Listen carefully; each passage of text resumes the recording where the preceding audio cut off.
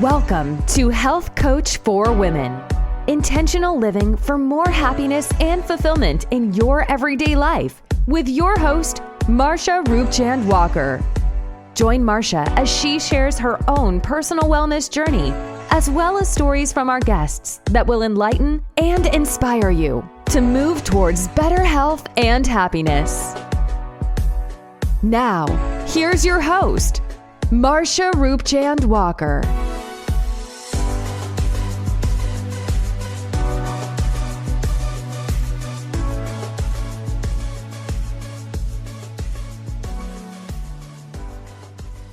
Hello and welcome to another episode of Health Coach for Women. Today I'd like to talk to you about uterine fibroids. It's a very common condition among African American women, but women from other cultures do get fibroids as well. Okay, so what exactly is fibroids? So it is a tumor. It is a malignant tumor, meaning that it's not cancerous, that grows in the uterus area, grows in there. And what feeds the fibroids is estrogen. Estrogen feeds the fibroids. Now, this condition can come, some people experience no side effects depending on the size of the tumor, and some people, like myself, experience awful symptoms, right, when I had it. So some of the symptoms that you can experience is heavy menstrual bleeding, periods that last longer than a week, which that was myself, heavy bleeding and periods that last longer than a week, spotting or bleeding in between periods, experiencing pain in the lower back, legs, bloating, of course, frequent urination, having trouble, difficulty emptying your bladder, and it can interrupt fertility. And you are considered high risk for fibroids if you're overweight, African American, or if you have fibroids, that you have a history of fibroids in your family. And it also affects people between the ages of 30 and 50. You would be at higher risk. So what can we do to treat the fibroids naturally? There are different methods, right? And they do have surgical and non-surgical procedures, I'm going to go over those. So I'll talk to you first about, and I wish I had the knowledge then that I have now. I'll talk to you about the ones that I've had. They are the uterine fibroid embolization. And what that does, it's a minimally invasive surgery. And what that does, it cuts off the blood supply, so that the fibroid, the tumor, does not grow. It needs oxygen and it needs that estrogen in order for it to grow. So what happens is the fibroid eventually shrinks and over time, and then that's it. There's also the endometrial ablation. Now, I also had that procedure done as well. After the first procedure, the problem came back for me again with the bleeding about a year or two. I went a year after the UFE, the uterine fibroid embolization. I went a year free with no menstrual cycle, no nothing. And then a year later, my bleeding came back again. And so that led me to go on to consider the endometrial ablation. Now with that is a surgical procedure. And with that is basically they go in and they burn the uterine lining. What that is, if you're not the doctors usually recommend that if you're not looking to have any more children or anything like that, that's another option for you. So the uterine lining is literally burned away and you're not able to have any more children. For me, it wasn't an issue because I had already had my children. And so I was not interested in trying to conceive. So that was the option for me over having a hysterectomy. And so the hysterectomy, is the full removal of the uterus, which can send you into early menopause. So that wasn't something that I wanted for myself. And myomectomy is just for the removal of the fibroids, right? So those are the some of the procedures that you can have done. I would definitely say if you are someone who have fibroids or experience in having fibroids, do your due diligence. You can research those things, and you can also, that it just depends on the size of your fibroids as well.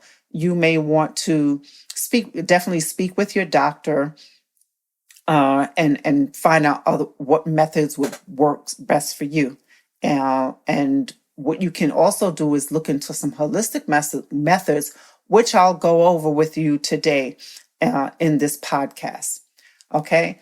So now fibroids can be painful, right? Not only do you experience the heavy bleeding and things like that, it can be very painful. And the fibroids can grow. It can continuously grow, right? And our diet plays a significant part of that, as well as our weight, right? Being overweight, the foods that we eat, right? Consuming the foods that we eat, it feeds the fibroids because, like I said, fibroids grows from estrogen. That's what fuels it. It's what gives it its energy to grow. And some fibroids, you can have more than one tumor as well in different places in the uterus. So it just depends on where it is. Some people may, like I said, some people may experience a lot of excruciating pain and some may not. It just depends on where it is. And they can grow as big as a melon, where you can look like you're several months pregnant, right? 4 or 5 months pregnant or more probably. Mine wasn't as big. But so what are some of the things that you can do, right? You have the conventional medicine, which again, it all depends on you and what you want.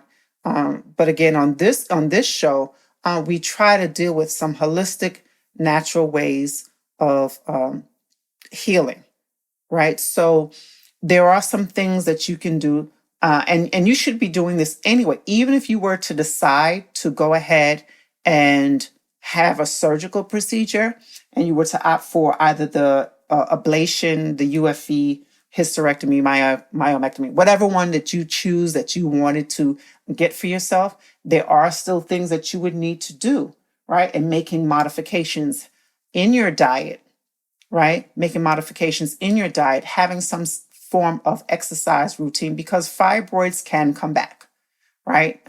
They go away, but they can grow back. So if you're not changing your lifestyle, if you're not changing your diet and your eating habits, they can return. So let's get into that.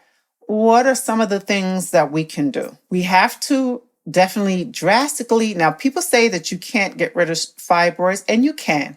They can shrink naturally, right? And you can, but you have to be consistent and you have to dedicate yourself to doing the things that I'm going to mention to you in order for it to work for you, right? And again, it does depend on the size or whatever, right? And so that's why I always say speak with your doctor.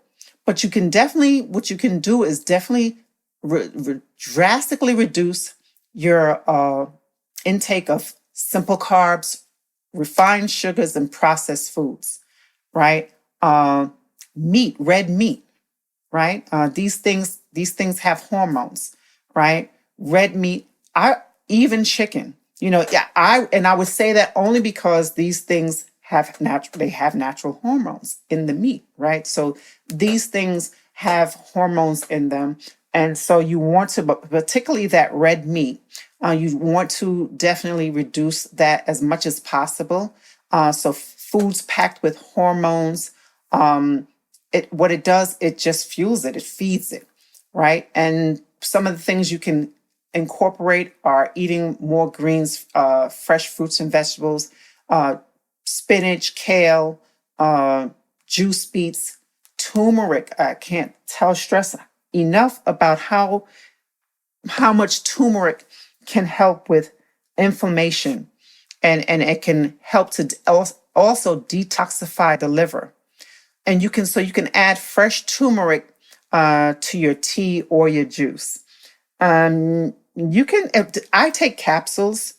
For me, that's what works for me. I take capsules But again, it's all in what you like and what you want. Again, you want to go at 95% of the curcumin because you want to have that in your turmeric. You want to have it as much as possible where it can be effective for you. And so what this does, it reduces the inflammation and it stops that excessive bleeding as well as the pain, right? And so you can add some raw turmeric to your tea daily. You can do that. And you can take enzymes, these systemic enzymes. You can Google that and look up systemic enzymes where you can take those pills several times a day, right? In anything you do, you want to always make sure that everything is pretty much natural and organic, right? Now, always look for the non-GMO label, and or even if you don't want to take the pills, right? You're just adding your turmeric. You add that to your tea. You add that to your food, right? To your juice, or you can add that into your food as much as possible. Exercise. You definitely want to have some type of exercise routine, right? You want to modify the things that is going to impact your health, right? You want to change some of the things that's going to impact your health and giving you those symptoms and to alleviate those symptoms. So exercising at least 30 minutes a day. At least 30 minutes a day. If you have a busy schedule, and even if you walk 30 minutes a day, that's fine. Several days a week, 4 to 5 times a week, it's fine. Again, and avoid those refined sugars and processed foods. You want to avoid that as much as possible, right? Now, what I found out recently, which is very interesting, that bottled water is a possible cause of also estrogen imbalance. Now, we know about the bottled water, and then, that's why it's not recommended that you keep bottled water in the car because of, the heat, and it releases what the plastic is made of. I forgot the chemical, forgive me on that, but it releases this stuff in the water and from what it's made of. I don't want to guess because I forgot the name of it. But so you definitely want to do as much as possible to refrain from those things as much as possible. You can go on a whole food diet and commit to it, right? And maybe you want to try this holistic approach first, right? Try this holistic approach first and see if this really works for you, right? And try and see and commit to it. Eating whole foods, just whole foods, plenty of fruits and vegetables, greens, taking the turmeric, right? Either the capsules or adding the powder. You can even add some of the powder to your smoothie drinks. You can add it in there, right? You can add it to your food. You can add it to your tea. So, like I said, turmeric is very good for inflammation. It's very good for helping to decrease that inflammation as well as stop that excessive bleeding and pain that you may be experiencing. Also, I mentioned about the tea, the turmeric, you're exercising 30 minutes a day and, monitoring your weight, and doing the detox, right?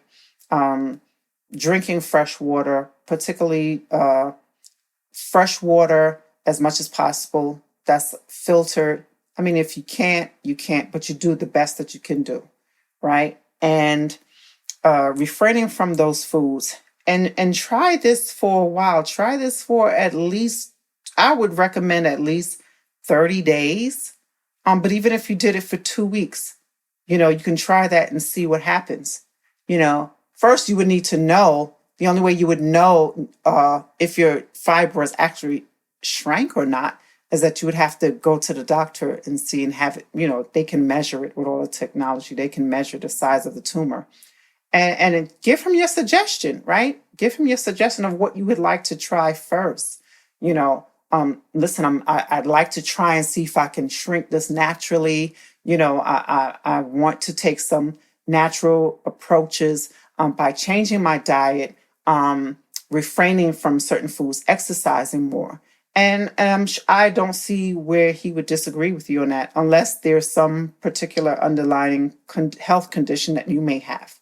So try that and see how that works for you. And if you see that it's working, and you go back to the doctor maybe a month later, and they examine it again, and you see that, and it shows up that it did shrink, then you know that it's working.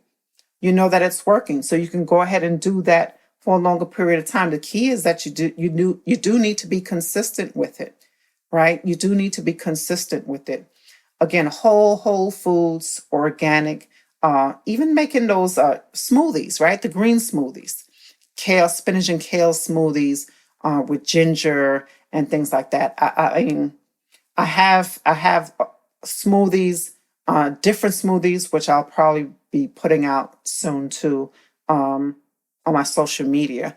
But there's so many, you can make different kind of health smoothies that is going to be beneficial for you, not just detoxifying the liver, but getting rid of those free radicals out of your body, detoxifying your whole system, right? And so do those things and be consistent with it.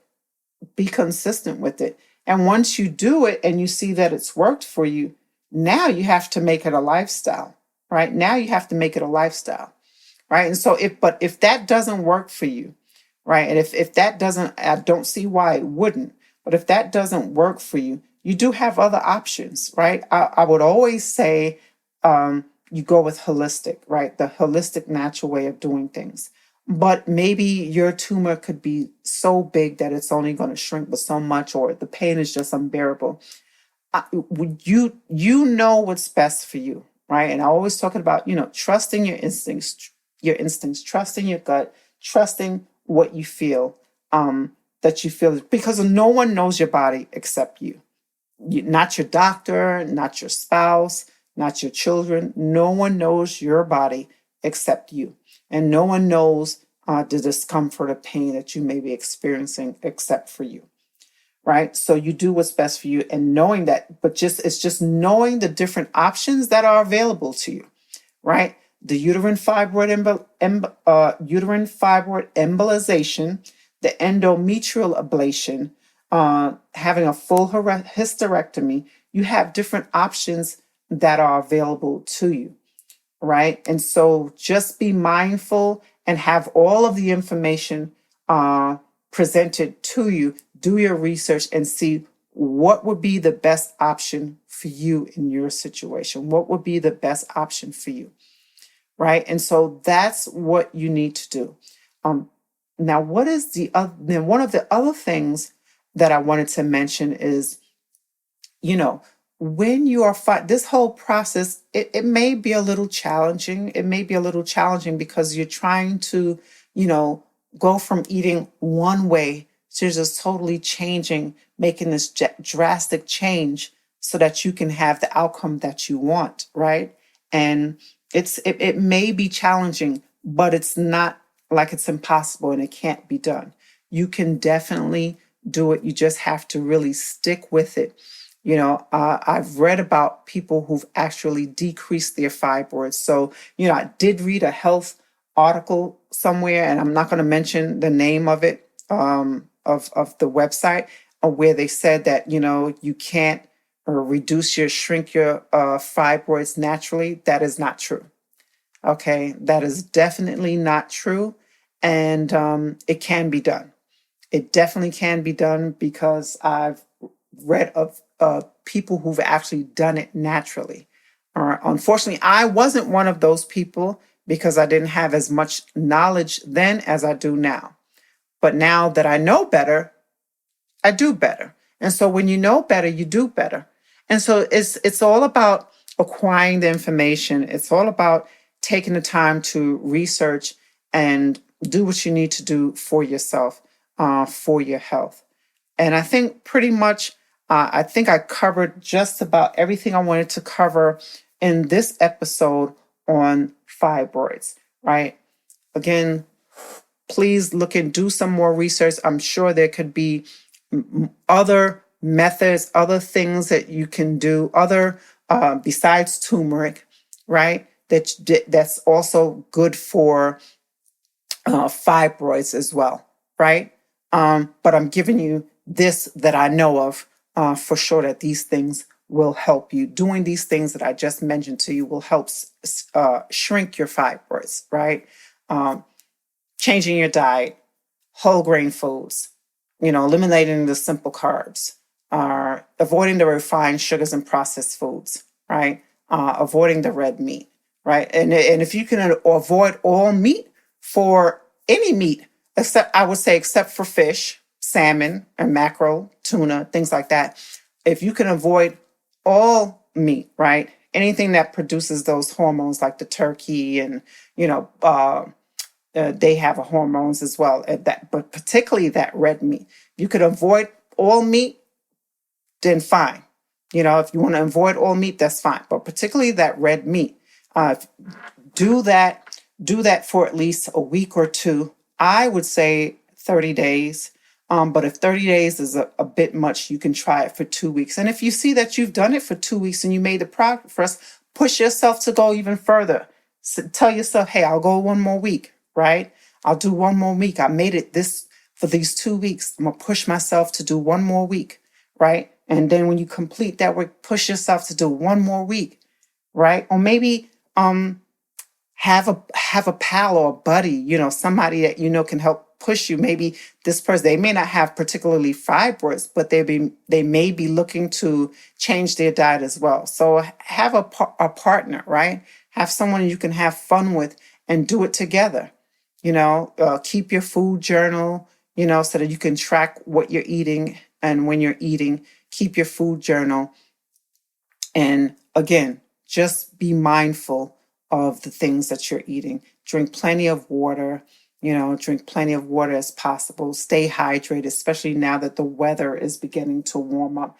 We definitely need to stay hydrated as well. Get outside, get some sun, take a walk 30 minutes a day if you have to, if that's all you have. Do something, stretch in the morning, make time to stretch, right? Or loosen up those stiff joints, because one of the things, with the fibroids, it does affect your lower back as well as your legs. Right? Constipation, some people diarrhea. So let's just do whatever we can to improve our overall wellness. Let's just do those things and take everything as one step at a time, one day at a time, right? The world wasn't built in a day, so all we can do is do our best to be better and to do better. And so that's all I have for you for now. Thank you so much for tuning in. I hope that you found something in this episode to be beneficial for you. Fibroids can be a hindrance and it can cause depression, right? And because not to mention those embarrassing moments, right? When you soak through your sanitary napkin, right? You can have some embarrassing moments. So listen. I know I've been there. Let's do this. Let's do all that we can to improve our health. And again, it all goes back to the same thing, the foods we eat. All right. Thank you so much for tuning in, and bye for now. Thank you so much for listening to Health Coach for Women with your host, Marsha Roopchand-Walker. If you've enjoyed this podcast, please be sure to rate, subscribe, and review on your preferred podcast listening platform. We really appreciate that effort. Until next time.